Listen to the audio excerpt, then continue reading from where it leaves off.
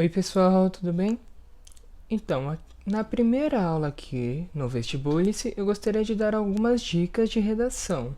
São dicas que particularmente eu uso e me ajudam para me preparar para algumas redações. Essas dicas são focadas para redações dissertativas argumentativas, que é o caso do Enem e da FUVEST, por exemplo.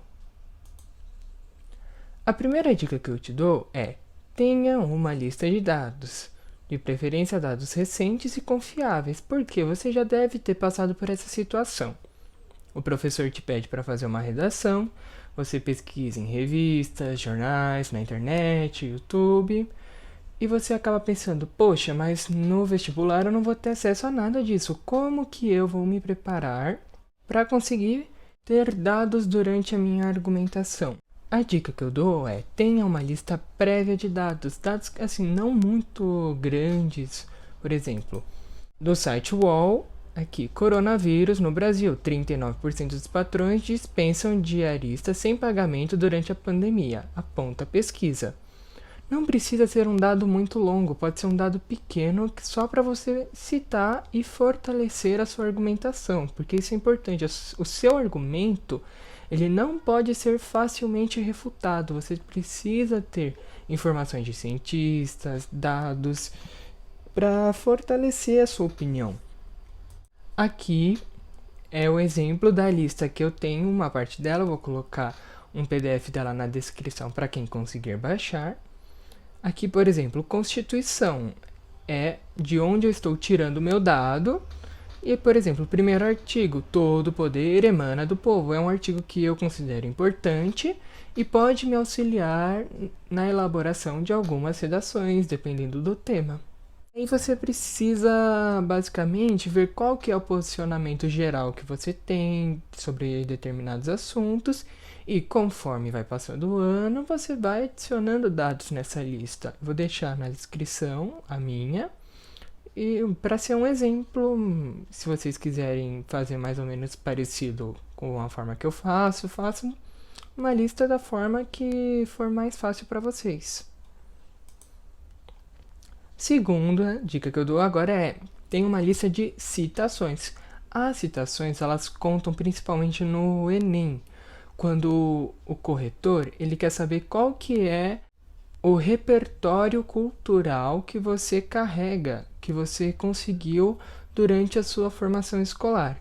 Então, citar fatos históricos, músicas, filmes e séries e até livros são ótimas fontes de citações para vocês. Eu vou dar um exemplo agora, uma de cada, só não vou dar uma de filme e série, porque não é uma área que eu gosto muito, então eu não tenho muita base para falar de filme e série. Para fato histórico, por exemplo, um evento que eu gosto de citar quando eu tenho algum tema que envolva ciência, medicina, saúde, é a revolta da vacina que ocorreu no Rio de Janeiro. Você pode, por exemplo, citar um evento histórico e fazer uma comparação com o atual cenário, por exemplo, a revolta da vacina e o movimento atual anti-vacina. É uma boa comparação para você fazer. Isso daí te dá força na sua argumentação. Na parte de música, sugiro até escutarem, vou deixar na descrição também, a música Apesar de Você, do Chico Buarque de Holanda. Essa música ela foi criada durante o período da ditadura e inicialmente ela não foi censurada pelo DOI-CODE, mas depois que começou a repercutir, passar em rádios, aí sim ela foi censurada. Só que, nesse intervalo, ela já serviu para inspiração de muitas manifestações. Ela foi o lema de muitas manifestações a favor da democracia, onde carregavam cartazes, por exemplo, como este da foto, com o refrão "Amanhã vai ser outro dia". Aqui um livro que eu recomendo para quem quiser ler, gostar de ler e puder, eu vou deixar o PDF na descrição dele também. É o livro A Revolução dos Bichos, de George Orwell. É um livro político que ele realiza uma crítica ao autoritarismo, só que sem tomar partido. Ele não é nem de esquerda nem de direita. O próprio prefácio dele argumenta isso, que é um livro que critica todo modo de autoritarismo, sendo de esquerda, direita, acima, baixo, tanto faz.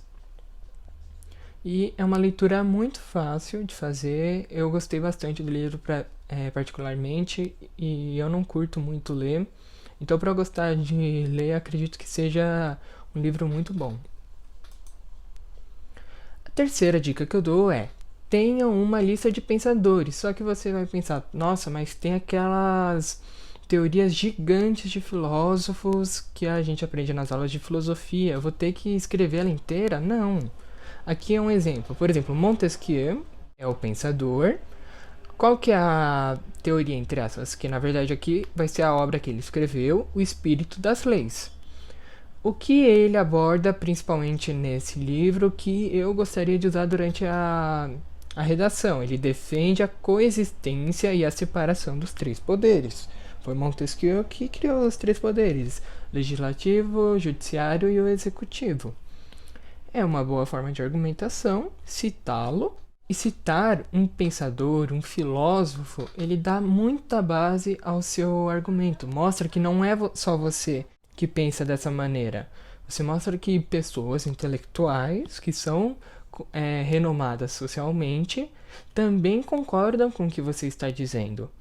E, como eu falei, escreva a teoria de uma forma mais reduzida, mais enxuta possível.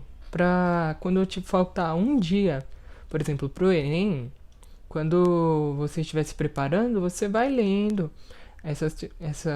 esses pensadores, essas teorias de uma forma muito rápida. Porque se você deixar para buscar dados, pensadores, quando faltar pouco tempo para os vestibulares, provavelmente você vai acabar se perdendo, não vai conseguir ver tantas opiniões e teorias. A quarta dica que eu dou é uma das mais importantes para quem conseguir acessar. Vou deixar aqui na descrição o site do MEC. Leia redações. Porque quando você lê uma redação que já tirou uma boa nota, já tirou nota 1000, você consegue ir percebendo como que é a estrutura de uma redação boa. Você começa a pensar como é a organização dos parágrafos, como são empregados os conectivos, como se constrói uma argumentação, como fecha o parágrafo final, fazendo a sua intervenção, por exemplo. Então, é muito importante você ler uma redação para aprender como formular e estruturar os parágrafos. Agora, a última dica. Já falei um monte de coisas para você fazer, mas não dei nenhuma sugestão de onde tirar tantas fontes para notícias, para dados. Portais como o G1 e o R7, que é da Record, eles são livres e qualquer um na internet consegue acessá-los. Eu sei que a internet não é uma coisa para todos, nem é o foco aqui do canal, mas se você tiver acesso a uma internet que consiga abrir uma página tranquilamente, acompanhar o noticiário tanto no G1 quanto na Record, você decide esse ponto, é importante e é legal porque te dá muito repertório para se preparar para uma redação. Se você não tem acesso a uma internet, você pode, por exemplo, acompanhar o jornal impresso, acompanhar o jornal televisionado, TV aberta. É importante você seguir as notícias, que isso daí vai te dar bastante repertório.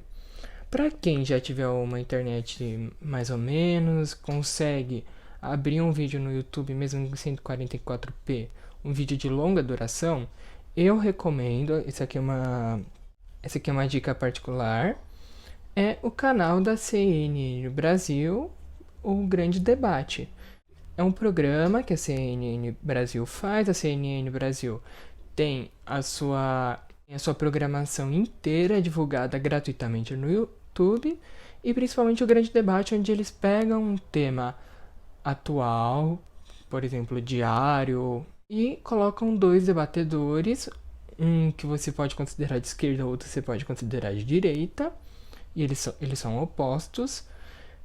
e ficam debatendo. E cada um dos lados acaba trazendo muitos dados e informações boas para nós. Então, tanto faz se você é de esquerda, direita, cima, baixo, você vai acabar se sentindo representado minimamente nesse programa. Isso daí vai te dar bastante dados para realizar redações, praticar.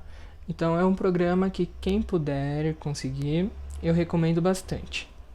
Aqui uma foto da edição noturna, a mediadora é a Mona Lisa, o que a gente considera o de direita é o Caio Coppola e o debatedor de esquerda seria o Augusto de Aguda. Então é isso, pessoal. Esse foi o vídeo. Espero que tenha ficado claro, que tenha ajudado vocês. Qualquer dúvida é só me mandar um e-mail ou um comentário. E quem puder, por favor, divulgue o canal com seus amigos, familiares. Se você conhecer alguém que está com problemas no EAD, está sem ter aulas, por favor. A ideia é a gente conseguir ajudar o máximo de pessoas possível. Então é isso, pessoal. Muito obrigado. Tchau, tchau.